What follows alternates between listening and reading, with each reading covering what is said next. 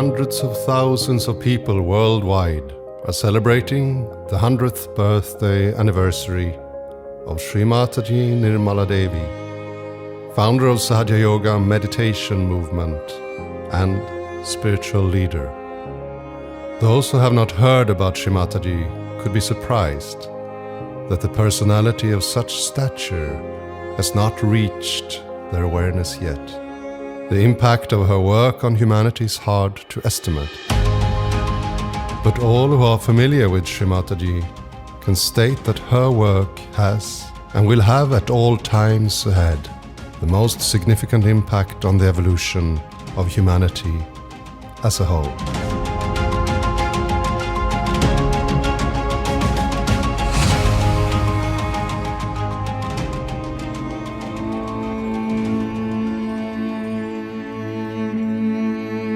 Since the beginning of time, human beings have been searching for answers. Who am I? Why am I here? What is the purpose of existence? Many great incarnations and prophets have tried to shed light on the human dilemma and urge us towards spiritual awakening. Like different flowers on one tree of life, they spoke the same truths, but were bathed in different fragrances. Buddha saw enlightenment as the answer to our suffering, a 1,000-petal lotus emanating from the crown of the head. Muhammad also spoke of the Ruh, a cool breeze flowing out of the top of the head and the hands. At the time of resurrection, your hands will speak, he explained. And Krishna, in his playful mirth, depicted the need for yoga, or union with the divine. He spoke of the collective nature of man and the need for each of us to dissolve into the ocean of bliss. Christ also explained that salvation would come only through second birth. Forgiveness and compassion would clear the path towards this awakening, which would be felt as tongues of cool flames crowning the head in a divine halo.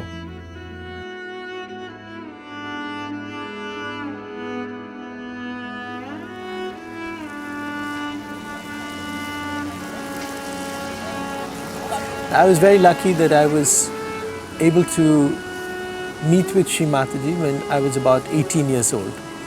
And she was staying in Bombay, and she was at that time the wife of the chairman of the Shipping Corporation of India. My mother knew her, so we went over to her home, and my mother said, "Here is a special person, and you'll feel good if you meet her." There were not that many people. There were a few people in Bombay. They'd meet for meditation. In fact, when they met for meditation, Shri Mataji herself would be there, sitting in front of everybody. But it took a few years after that to fully realize the power of the vibrations.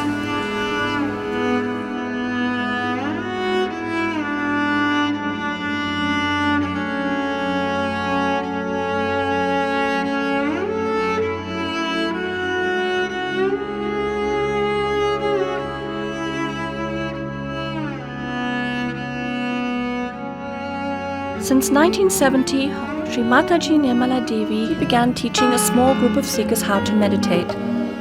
She stood behind each individual and raised the Kundalini by placing her hands on the various energy centers along the spine. This was a natural process which awakened their residual power of pure desire. She awakened this power called Kundalini, which lay dormant in the sacrum bone at the base of the spine, coiled in 3.5 coils. When awakened, it rose up the spinal cord, connecting and enlightening the energy centers. As it pierced the fontanelle bone area at the top of the head, they were connected with the divine. Although she was working with only a handful of people, she was searching for a universal method which would allow her to give this experience to large groups of people. She soon developed a technique for en masse self-realization. Taking into account all the different combinations and permutations of the human personality, the method was startlingly simple. The seeker would express his or her desire by holding the left hand towards Shri Mataji. Verbal affirmations help the mothering energy to rise, and the experience could be verified by feeling the Kundalini in the hands and above the head. As more and more people expressed their desire to have this awakening, she began an en masse self-realization movement. We can see from one point of view that human beings are created as human beings. And they have mental, emotional, all these sides.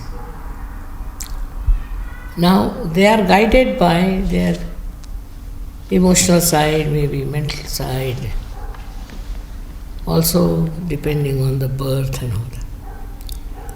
So they are bound by all these things. We have within us a power, I call it as Kundalini, which is kept in the triangular bone, which is sleeping there. So when you awaken that Kundalini, she passes through these various aspects of her life and she enlightens them. Not only enlightens them, but she binds them and makes them one. That is where we become above all these things and we become ourselves. Since 1970, she has given enlightenment en masse in over 65 countries around the world, from Russia to Australia. In 1995, at a program held in Bombay, Shri Mataji raised the Kundalinis of over 100,000 people at the same time. People overflowed from the hall and sat in the streets. Unable to hear the lecture, they simply held out their hands and felt the joy. When I came to Shri Mataji, I was the child of my generation. And then, with this sort of very permissive lifestyle that we had, our generation, then when you come to someone like Shri Mataji, who is purity herself, and all your chakras are basically in jeopardy, all your chakras are more or less broken. And it's really hard because visibly, Shri Mataji was working on me, and then she was going and vomit in the bathroom next minute, because my system was really damaged by the lifestyle, which was basically the lifestyle of a kid of my generation. But when she came and she told me what she was here for, what she had come for, what she was going to give mankind, what she was giving mankind already, then that was making the whole thing meaningful, the whole course of history. Then I was like, I don't know how you say this in English, écrasé. I was like stunned by the magnitude of it all, because just imagine that suddenly you get a big secret. You are your own master, no doubt, but you have to be made into it. Unless and until you are connected to the mains through this, unless and until you are baptized, you are not your spirit. Now the spirit resides in your heart. Nobody knows, you see. He resides in your heart. But you are not aware of it. When the Kundalini passes through these various centers and pierces through this one, then the seed of the spirit is here. If it doesn't work, we'll work it out later. The chakras are simply anatomical locations that are physiologically understandable by terms of autonomic nervous plexi. So this is the cardiac plexus, the heart chakra is the cardiac plexus. The Vishuddhi is the cervical plexus. Now, what I don't understand is how you can get cool air coming out of your head. That's not part of my training. There is no way in allopathic medicine, in Western teaching, that you get cool air coming out of your head, and as it goes past here, you go into meditation. The knowledge about this subtle system, that is the Kundalini, about the 7 chakras, and about these 3 energy channels, all this is described in Yoga Sutra. What Shri Mataji has given to us, she has described how each energy centers, they are controlling different organs of our body. Any disease is because of some imbalance in these energy centers. The correction can be effected only with the Kundalini awakening. When this union of your own divine energy with the cosmic energy takes place, then yoga is said to have occurred.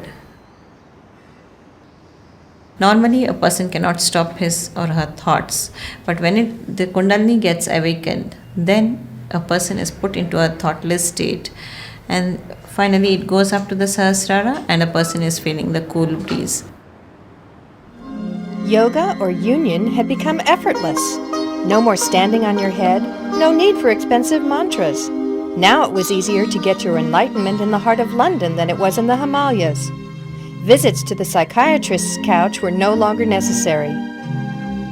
Shri Mataji was not concerned with the quantity of people, but with the quality of the seekers. She never took any money for giving or developing self-realization and started Sahaja Yoga with her own resources. To this day, she insists that you cannot pay for your spiritual ascent. So, all these ideas about religion and God and all that must be again reformed.